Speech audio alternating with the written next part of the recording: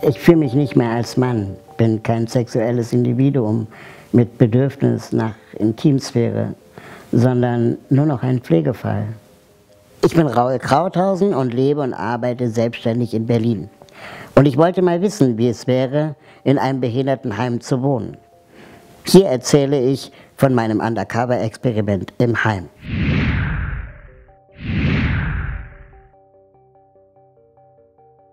Meine Befürchtungen waren, wie würde man mit mir umgehen? Wie stünde es um meine Intimsphäre? Und wie fremdbestimmt wäre mein Alltag? Die Wohnsituation ist ziemlich bedrückend. Es ist ein einfaches, praktisches Zimmer mit Krankenhausbett im Krankenhausstyle, ziemlich lieblos eingerichtet. Es fühlt sich ein bisschen an wie in einem Altersheim, in das die Bewohner ein paar Möbel oder Bilder mitbringen dürfen. Aber es ist eben kein Zuhause für mich.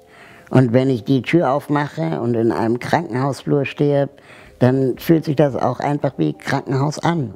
Die Essenszeiten sind relativ flexibel, aber der Kühlschrank ist abgeschlossen. Immer wenn ich zum Beispiel einen Joghurt möchte, muss ich einen Mitarbeiter fragen. Selbstbestimmt leben ist das wirklich nicht.